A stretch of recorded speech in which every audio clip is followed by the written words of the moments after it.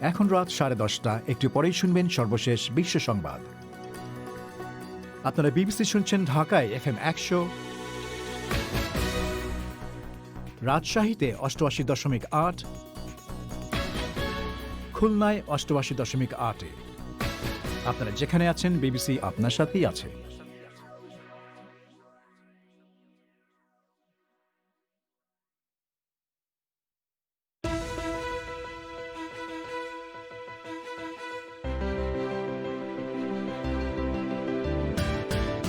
ব্রিটেনে শনাক্ত নতুন ধরনের করোনা ভাইরাসের রোগী এখন ইউরোপের আরও কয়েকটি দেশে।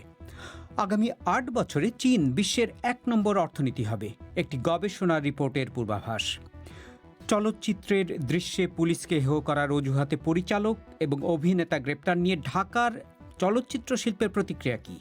এটা শুরু হলো ধরেন পুলিশ দিয়ে, কালকে হয়তো বিচারপতিরাও একটা এমবার্গো আনতে পারে, ডাক্তারদের কমিউনিটি একটা এমবার্গো আনতে পারে। তখন তো কারোরই গল্প বলা যাবে না। আমরা যে আসলে কতটুকু উপমণ্ডুকতার দিকে যাচ্ছি, এটা হচ্ছে সেটারই প্রমাণ বহন করে।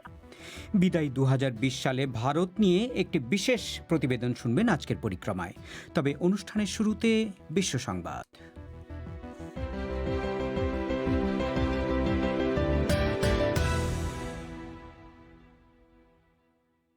বিবিসি বাংলা বিশ্ব সংবাদ পড়ছি পুলক গুপ্ত।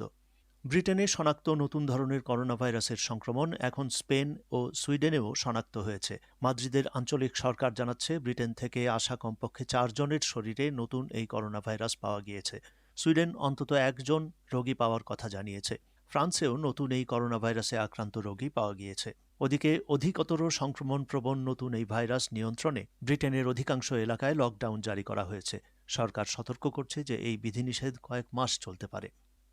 ওদিকে ইংল্যান্ডে প্রথম শনাক্ত নতুন ধরনের এই করোনা ভাইরাসে আক্রান্ত অন্তত 3 জন রোগী পাওয়ার কথা নিশ্চিত করেছে সুইজারল্যান্ড। তাদের 2 জন ব্রিটিশ নাগরিক।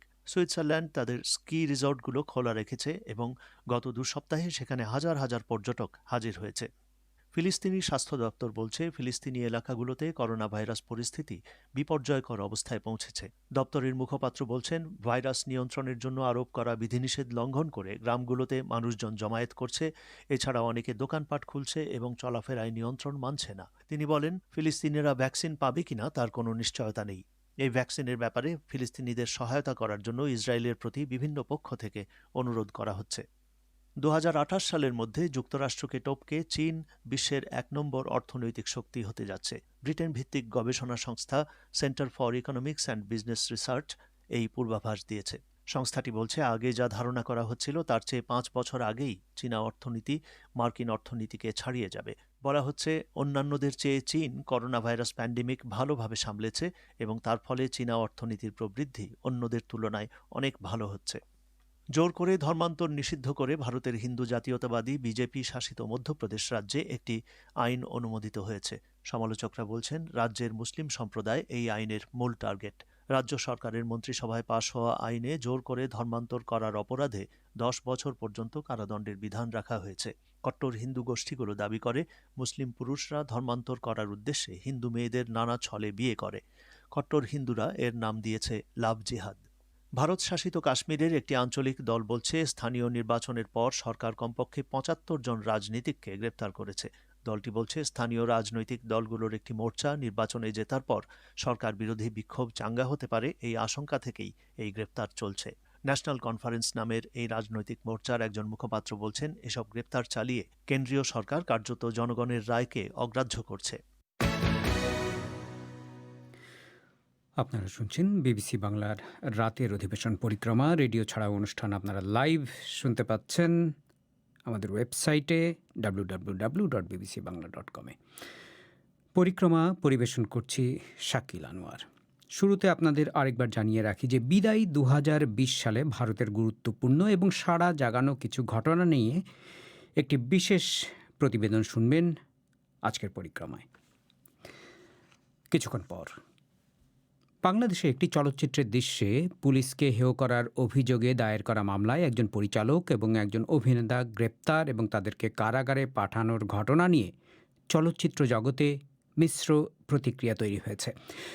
একজন পরিচালক এবং একজন গবেষক বিবিসিকে বলেছেন যে চলচ্চিত্রের সংলাপে জন্য গ্রেপ্তারের ঘটনা নজিরবিহীন। তারা দুজনেই মনে করছেন নাটক, সিনেমা বা সাহিত্যে পুলিশের চরিত্র নিয়ে স্বাধীনভাবে কাজ করা এখন কঠিন হয়ে উঠতে পারে। তবে ঢাকার চলচ্চিত্র পরিচালক সমিতির একজন শীর্ষ নেতা এবং একজন অভিনেত্রী বলেছেন এটি বিচ্ছিন্ন একটি ঘটনা। আরও শুনুন রাকিব হাসনাতের কাছে। নবাব এলএলবি নামের একটি চলচ্চিত্রের অর্ধেক অংশ আই থিয়েটার নামের একটি অ্যাপে মুক্তি দেওয়া হয়েছে গত ১৬ই ডিসেম্বর।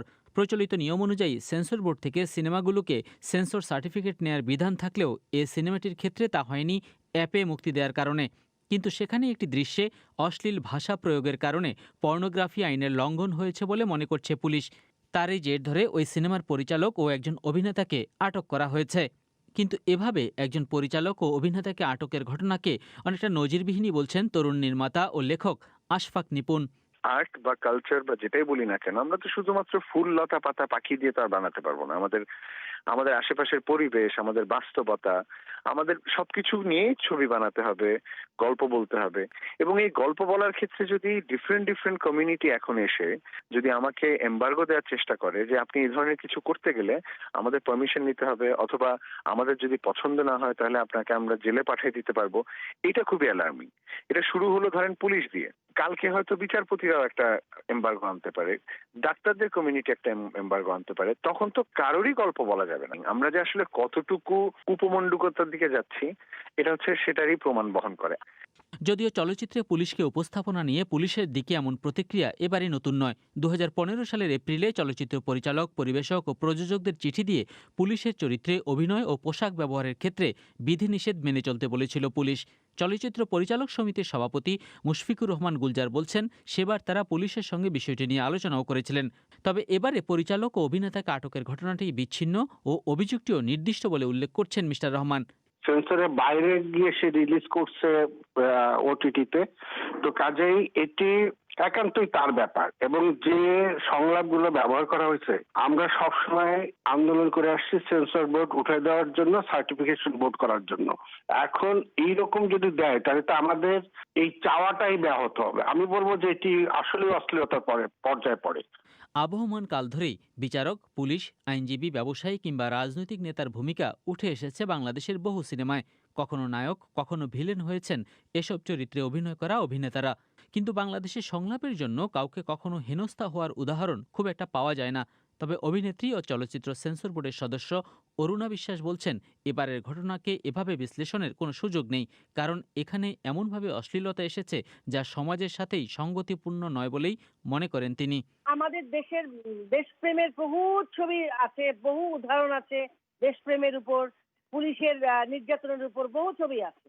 কিন্তু এই ধরনের অশ্লীল, অশ্রাব্য কথা বলা, আমরা সমাজে বাস করি, আমাদের পরিবার নিয়ে বাস করি, এই ধরনের কথা বলার আমি মনে করি না এটা খুব যৌক্তিকতা আছে। আমি ভাই এটা একেবারেই এটা আমি সমর্থন করি না। চলচ্চিত্র গবেষক ও লেখক ডক্টর তপন বাগচি অবশ্য বলছেন শিল্প সংস্কৃতিতে সমাজের ক্ষত তুলে ধরা হয়, তাই পুরো বিষয়টিকে শিল্প হিসেবেই দেখতে হবে। যদি এরকম ঘটনা ঘটে যা প্রচলিত আইনের বিপক্ষে, সেখানে আইনানুগ প্রতিবাদ করা যেতে পারে, সেখানে সংশোধনের জন্য চিঠি দেওয়া যেতে পারে, সেন্সর বোর্ড থেকে নোটিশ দেওয়া যেতে পারে। এরকম কিছু আইনি প্রক্রিয়ার মধ্য দিয়ে তারপরে তার একটি ফয়সালা হতে পারে।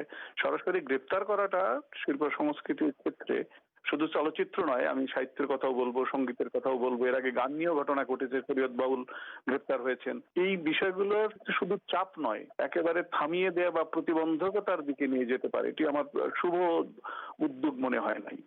মিস্টার বাগচি বলছেন সিনেমা সমাজের নেতিবাচক দিকগুলোকেই তুলে ধরে এবং সঙ্গত কারণেই পুলিশের সেসব চরিত্রগুলি বেশি দেখা যায়। এটিকে শিল্প হিসেবে বিবেচনা না করে পাল্টা ব্যবস্থা নিলে সেটি সিনেমা নির্মাণ শিল্পকেই এবং সব মিলিয়ে মানুষের মত প্রকাশের স্বাধীনতাকেই বড় ধরনের চাপে ফেলবে বলে মনে করেন তিনি। রাকিব হাসনাত, ঢাকায়। ভারতের পশ্চিমবঙ্গের ক্ষমতাসীন তৃণমূল কংগ্রেস এবং প্রধান বিরোধী দল হিন্দু জাতীয়তাবাদী বিজেপির কর্মী সমর্থকদের মধ্যে নিয়মিতই এখন সংঘর্ষ বাধছে রাজ্যের নানা জায়গায়। আজও কলকাতায় বিজেপি নির্বাচনী কার্যালয়ের সামনে হাতাহাতি হয়েছে দু দলের কর্মী সমর্থকদের মধ্যে। বিজেপির দাবি তৃণমূল কংগ্রেস ক্ষমতা ধরে রাখার জন্য মরিয়া চেষ্টা চালাচ্ছে, তাই নিয়মিত সংঘর্ষের করছে তারা। আর তৃণমূল কংগ্রেস বলছে ক্ষমতায় আসার জন্য সংগঠন না থাকার ফলে বিজেপি ইচ্ছে করে বিশৃঙ্খলা তৈরি করার চেষ্টা করছে। পশ্চিমবঙ্গে নির্বাচনী সহিংসতা নতুন নয়, কিন্তু তা ভোটের 4-5 মাস আগ থেকেই শুরু হয়ে যাওয়ার কারণে পর্যবেক্ষকরা তাই মনে করছেন যে আগামী বছরের বিধানসভা ভোটে রক্তক্ষয় হয়তো আরও বাড়বে।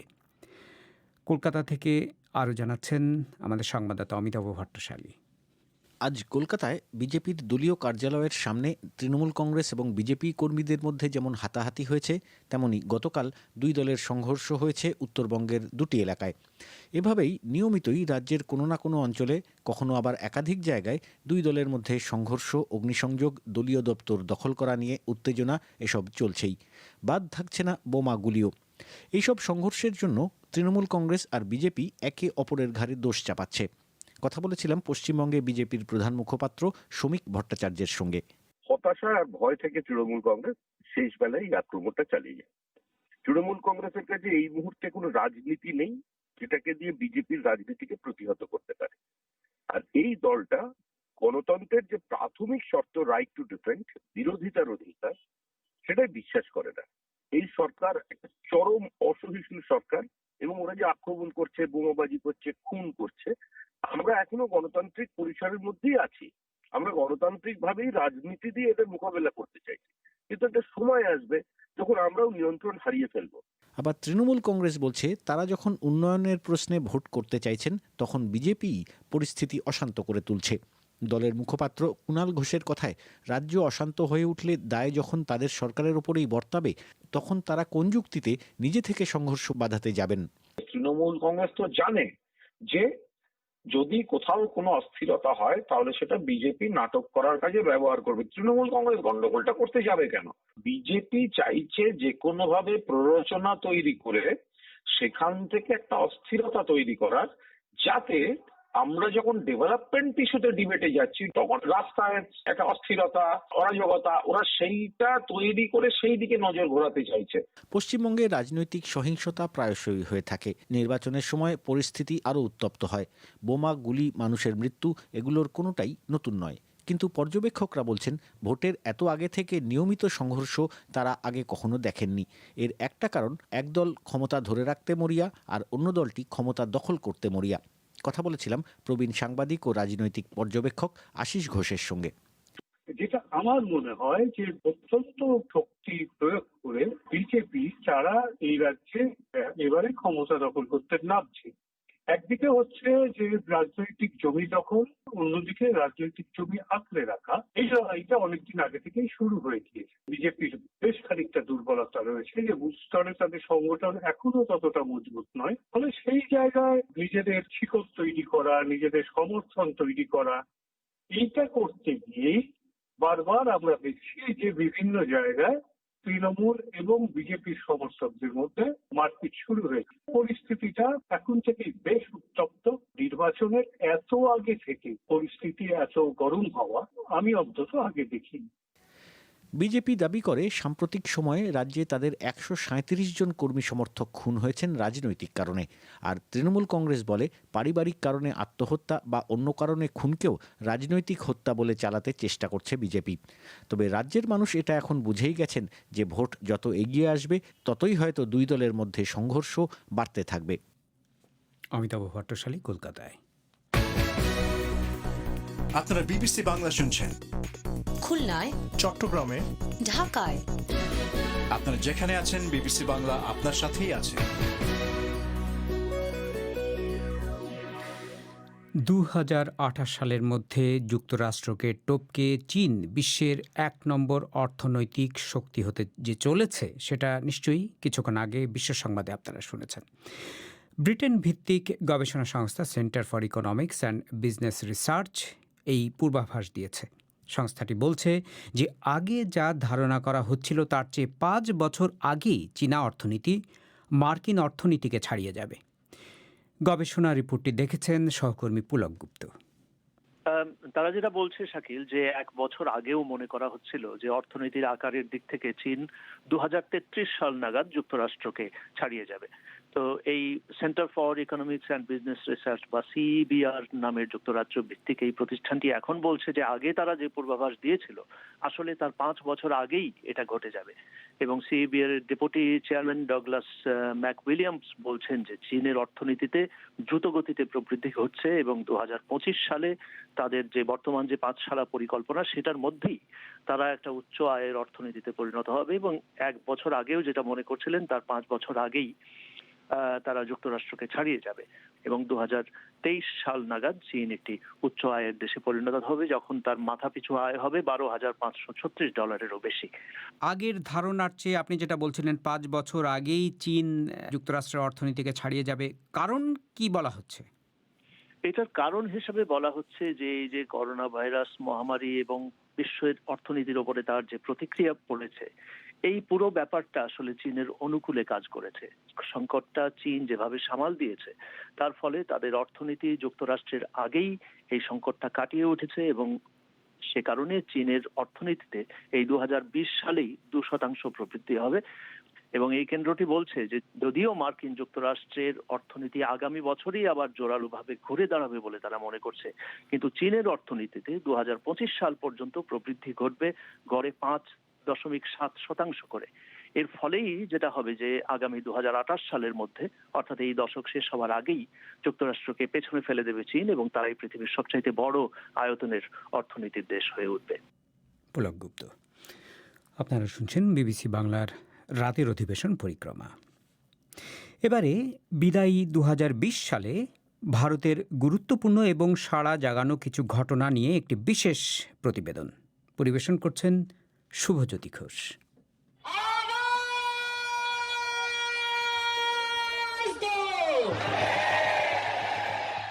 করোনা ভাইরাসের সঙ্গে তখনও ভারতের পরিচয় হয়নি। এদেশে 2020 সাল শুরু হয়েছিল তখন সদ্য পাশ হওয়া নাগরিকত্ব আইন আর প্রস্তাবিত এনআরসির বিরুদ্ধে দেশব্যাপী উত্তাল প্রতিবাদের মধ্যে দিয়ে। সেই উদ্যোগকে অনেকেই দেখেছিলেন সমাজের একটা শ্রেণীকে নাগরিকত্ব থেকে বঞ্চিত করার চেষ্টা হিসেবে, যারা শপথ নিচ্ছিলেন কিছুতেই সরকারের কাছে নিজেদের পরিচয়ের নথিপত্র পেশ করবেন না, কাগজ দেখাবেন না।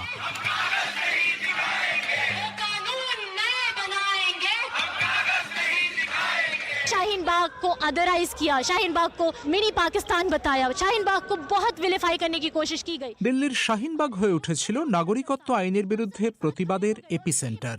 8 থেকে 80 বছর বয়সী মুসলিম নারীরাই সে আন্দোলনে নেতৃত্ব দিচ্ছিলেন।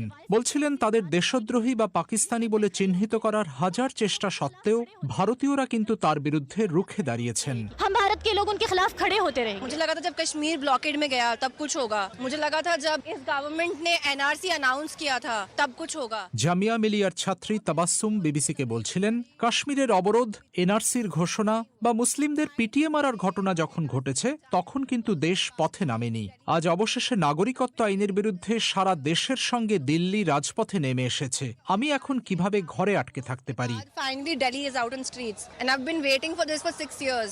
अब तो मैं मतलब घर पे नहीं बैठ सकती ना। ফেব্রুয়ারির তৃতীয় সপ্তাহে এই বিক্ষোভকারীরাই যখন উত্তর পূর্ব দিল্লির জাফরাবাদে পথ অবরোধ করে অবস্থান বিক্ষোভে বসলেন, পরিস্থিতি দ্রুত অগ্নিগর্ভ হয়ে উঠল।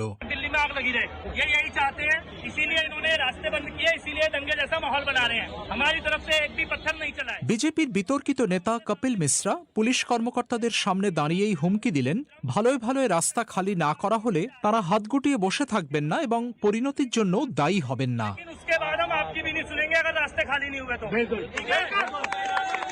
পরবর্তী প্রায় 4 দিন ধরে রাজধানীর এক বিস্তীর্ণ এলাকা জুড়ে যে সাম্প্রদায়িক তাণ্ডব চলল তাতে কম করে 53 জন নিহত হলেন, যার 2/3 বেশি ছিলেন মুসলিম। মার্কিন প্রেসিডেন্ট ডোনাল্ড ট্রাম্প তখন দিল্লি সফরে। এরই মধ্যে জ্বালিয়ে দেওয়া হলো শহরের অসংখ্য মসজিদ। নালা থেকে উদ্ধার হলো দাঙ্গায় নিহতদের লাশ। 3-4 बच्चे मारे गए मासूम यहाँ पे, कई बच्चे यहाँ पड़े होते थे, वो भी सारे पता नहीं कहाँ है, लापता है, आता पता ही नहीं है उनका कोई। 8 मिली हुई यहाँ से। মুস্তাফাবাদে ভস্মীভূত ফারুকিয়া মসজিদে দাঁড়িয়ে স্থানীয় বাসিন্দারা সেদিন বিবিসিকে বলছিলেন আরএসএস এর গুন্ডারা কিভাবে নির্বিচারে গুলি চালিয়েছে আর লুটতারাজ করেছে।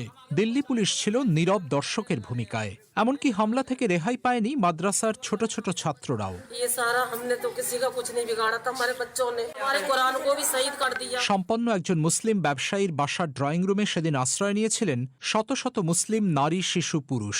ভয়ার্ত সেই মানুষগুলোকে প্রশাসন দেখতেও আসেনি। कुछ नहीं हुआ, एकदम अचानक से ये हुआ कि गुंडे आ गए, बाहर से गुंडे आ गए।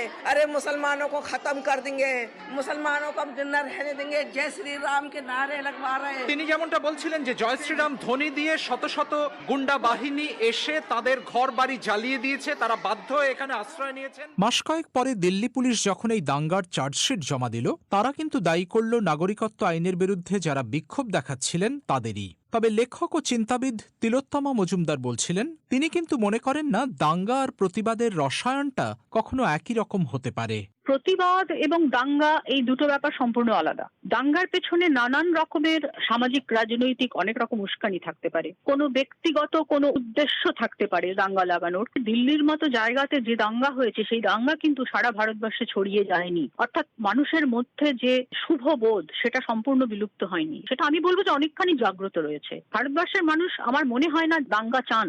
এবার আপনি যদি বলেন যে এই গণতান্ত্রিক আন্দোলনগুলো, অর্থাৎ মানুষের প্রতিবাদ বিভিন্ন আইনের বিরুদ্ধে, বিভিন্ন সরকারি উদ্যোগের বিরুদ্ধে বা প্রকল্পের বিরুদ্ধে, যে কোনো গণতন্ত্রের সবচাইতে বড় জায়গা হচ্ছে বিরুদ্ধ মতকে খোলাখুলি প্রকাশ করতে পারার জায়গা এবং প্রকাশ করতে পারার সাহস, যেটা আমাদের দেশে এখনো রয়েছে। এবং এইটাতে প্রমাণ হয় যে ভারতবর্ষের গণতন্ত্র এখনো আছে এবং আরো অনেক দিন থাকবে।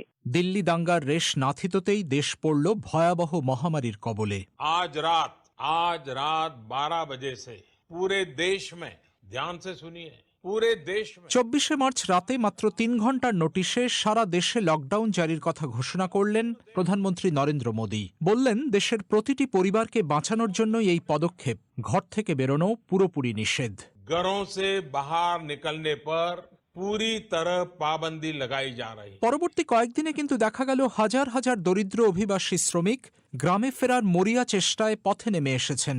জাতীয় সড়ক বেয়ে শত শত মাইল হাঁটতেও শুরু করে দিয়েছেন।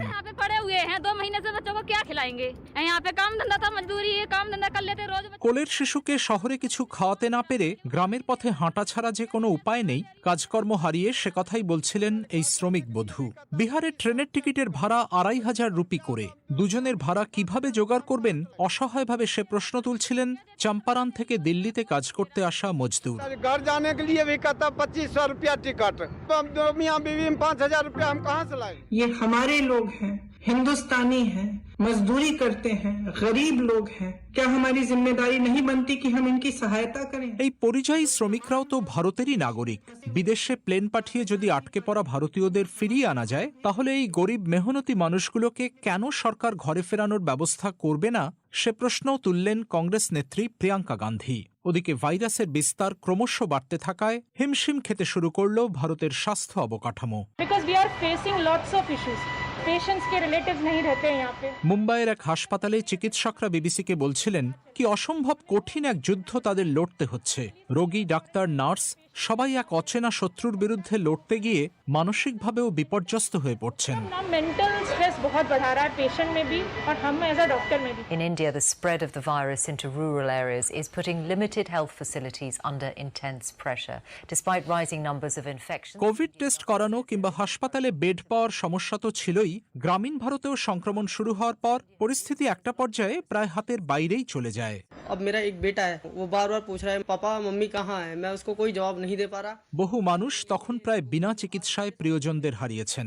কোভিড আক্রান্ত মা কিভাবে হাসপাতাল থেকে চিরতরে চোখের আড়ালে চলে গেলেন, বাচ্চা ছেলেকে তার কোনো জবাব দিতে পারেননি অসহায় বাবা। मैंने 9 हॉस्पिटलों के चक्कर काटे, लेकिन वहाँ से कोई रिजल्ट नहीं मिला। ভারতবর্ষ যে পদ্ধতিতে, যে পথে এই সংকটের মুখোমুখি হয়েছে, সেই পথটা অত্যন্ত একটা অপ্রস্তুতির পরিচয় দিয়েছে। স্বাস্থ্য পরিকাঠামোর দিক থেকে আমরা একেবারেই প্রস্তুত ছিলাম না এবং পরিযায়ী শ্রমিকদের নিয়ে যে অত্যন্ত করুণ একটি পরিণতির দিকে বহু মানুষ যেতে বাধ্য হলেন, সেটা দেখে বোঝা গেছে যে খেটে খাওয়া মানুষ সম্পর্কে তার জন্য যে একটা পরিকল্পনা, চিন্তা ভাবনা করা, সেগুলো একেবারেই নেই। এটাও আরো একবার প্রমাণিত হলো। যেভাবে বলা হয়েছে যে একটা নাম্বার নাগরিককে দেওয়া হবে, সব রকম সুবিধা দেওয়া হবে, এই যে বড় বড় প্রতিজ্ঞাগুলো করা হয়েছিল, আশাগুলো দেখানো হয়েছিল, সেগুলো যে কতটা ভুল, সেটা এই প্যান্ডেমিকের সময় এবং লকডাউনের সময় মানুষ কিন্তু মর্মে মর্মে বুঝতে পেরেছেন। বছর শেষে কিছুটা আশার আলো অবশ্য দেখিয়েছে অচিরেই করোনা ভ্যাকসিন মেলার খবর, এবং বিশ্বের ভ্যাকসিন উৎপাদনে ভারতও সম্ভবত একটি প্রধান কেন্দ্র হয়ে উঠতে চলেছে।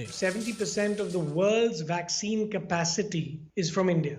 So naturally India is going to play a major role. পুনের সিরাম ইনস্টিটিউটের সিইও আদার পুনাওয়ালার কথায়, যেহেতু বিশ্বের মোট ভ্যাকসিন উৎপাদন সামর্থ্যের 70%ই ভারতে, তাই অবশ্যই এখানে ভারতের একটা বড় ভূমিকা থাকবে। কিন্তু এটা সেরা ভ্যাকসিন হবে কিনা আমরা জানি না, কারণ যেখানে একটা নতুন টিকা উদ্ভাবনে 3 থেকে 5 বছর সময় লাগে, সেই জায়গায় আমাদের এখানে খুবই তাড়াহুড়ো করতে হয়েছে। It takes 3 to 5 years normally to make a vaccine and we're all rushing it. মহামারীর প্রকোপ হয়তো একদিন থিতবে, কিন্তু ভারতীয়দের রোজকার অর্থনীতিতে তা কত বড় আঘাত দিয়ে গেল সেই হিসেব কিন্তু এখনো কষাই শুরু হয়নি, বলছিলেন তিলোত্তমা মজুমদার। এই নিয়ে কোনো পরিসংখ্যান এখনো পর্যন্ত আমার চোখে পড়েনি যে কত কোম্পানি কত লোককে ছাঁটাই করেছে, কত লোকের বেতন অন্তত 6 থেকে 8 মাসের জন্য বন্ধ আছে, কত লোককে হাফ বেতনে কাজ করতে হচ্ছে, কত লোকের বেতন কমিয়ে দেওয়া হয়েছে। এগুলো নেই, এগুলো কোথাও কোনো পরিসংখ্যান বেরোচ্ছে না। Now let's talk about the Indian Army, which is saying 20 of its soldiers have been killed by Chinese troops in the disputed. মহামারী যখন তুঙ্গে, তখনই জুন মাসের মাঝামাঝি খবর এলো লাদাখ সীমান্তে গালওয়ান উপত্যকায় চীনা সৈন্যদের সঙ্গে সংঘর্ষে ভারতের অন্তত 20 জন সেনা প্রাণ হারিয়েছেন। 45 বছরের মধ্যে সেই প্রথম চীন ভারত সীমান্তে রক্তপাতের ঘটনা ঘটল।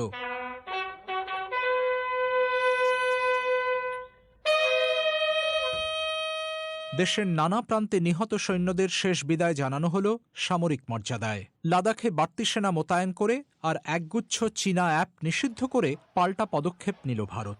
Because there was peace and tranquility on the border, there were problems also. I'm not disregarding that. চীনের সঙ্গে পরবর্তী কয়েক দফা শান্তি আলোচনায় অংশ নিয়ে পররাষ্ট্রমন্ত্রী এস জয়শঙ্করও স্বীকার করলেন, সীমান্তে শান্তি যখন একবার বিঘ্নিত হয়েছে, তখন দুদেশের সম্পর্ক আগের মতোই থাকবে সেটা আর আশা করা যায় না। The state of the border cannot be dealing from the state of the relationship. ঠিক যেরকম ভাবে কাশ্মীর ইস্যুটাকে ঝুলিয়ে রাখা হয়েছে, একই রকম ভাবে চীনের সঙ্গে সীমান্তের জায়গাটিও কিন্তু ঝুলে রয়েছে, এবং কোনো দল বা কোনো প্রধানমন্ত্রীকেই আমরা দেখিনি আজ পর্যন্ত যে এই বিষয়টিকে নিষ্পত্তি করে ছাড়বেন এরকম একটি প্রতিজ্ঞার জায়গাতে তিনি পৌঁছচ্ছেন। অনেক সময় এটাও মনে হয় যে রাজনীতি এই পরিস্থিতিগুলোতে ব্যবহারও করে, যেমন প্যান্ডেমিক সংক্রান্ত যে সাংঘাতিক অর্থনৈতিক দুরবস্থা, সেই অর্থনৈতিক দুরবস্থার সময়ই দেখা গেল যে লাদাখে চীন সাথে একটা গোলমাল শুরু হলো, এবং লোকে অত্যন্ত দেশাত্মবোধ করে এমনকি ঘোষণা পর্যন্ত হয়ে গেল সরকারিভাবে যে অমুক অমুক অমুক অ্যাপ ব্যবহার করা যাবে না। কি না, চীন আমাদের শত্রু হয়ে গেছে, তাহলে কেন আমি অ্যালাউ করেছিলাম আগে?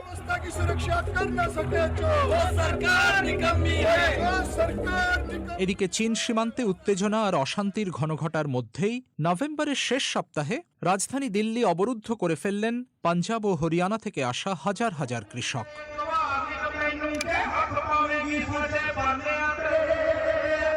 তাঁদের দাবি, সম্প্রতি পাশ হওয়া 3টি কৃষি আইন, যা ভারতে কর্পোরেট নিয়ন্ত্রিত চুক্তিবদ্ধ চাষের পথ প্রশস্ত করবে বলে বলা হচ্ছে, সেগুলো বাতিল করতে হবে এবং কৃষিপণ্যের মিনিমাম সাপোর্ট প্রাইস বা ন্যূনতম সহায়ক মূল্যের গ্যারান্টি দিতে হবে।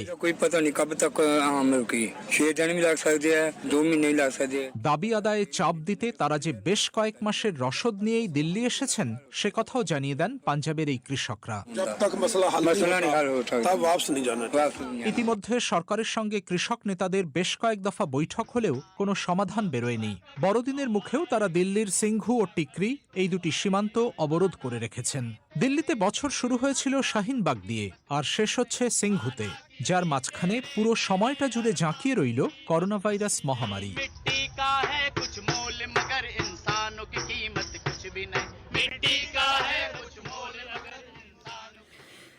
বিশেষ এই প্রতিবেদনটি পরিবেশন করলেন শুভজ্যোতি ঘোষ। প্রতিবেদনটি আবারও শুনতে চাইলে আপনারা আমাদের ওয়েবসাইটে গিয়ে শুনতে পারেন www.bbcbangla.com। আগামী 24 ঘন্টা পরিক্রমার এই পর্বটি অনলাইনে থাকবে। পরিক্রমা শেষ হবার আগে এখনকার প্রধান খবরগুলো আপনাদের আরেকবার জানিয়ে দিচ্ছি। ব্রিটেনে শনাক্ত নতুন ধরনের করোনা ভাইরাসের রোগী এখন ইউরোপের আরও কয়েকটি দেশে পাওয়া গেছে। স্পেন, সুইডেন, ফ্রান্স এবং সুইজারল্যান্ডে নতুন করোনা ভাইরাসে আক্রান্ত রোগী শনাক্ত হয়েছে। আর আগামী 8 বছরের মধ্যে, অর্থাৎ 2028 সালের মধ্যে চীন বিশ্বের 1 নম্বর অর্থনীতিতে পরিণত হবে যুক্তরাষ্ট্রের অর্থনীতিকে ছাড়িয়ে। ব্রিটেনে একটি গবেষণা রিপোর্টে এই পূর্বাভাস দেওয়া হয়েছে। এরই সাথে শেষ করছি আজকের পরিক্রমা। আমাদের পরবর্তী অধিবেশন শুনবেন আগামীকাল বাংলাদেশের সময় সন্ধ্যে 7:30, ভারতে সন্ধ্যে 7টায়। শুনবেন আশা করে। আমি শাকিল আনোয়ার আজকের মতো এখানেই বিদায় চাইছি।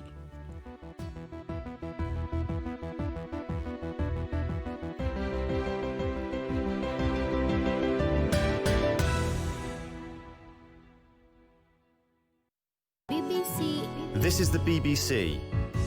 There are no programmes on this channel at present. Details of all our services are at bbcworldservice.com.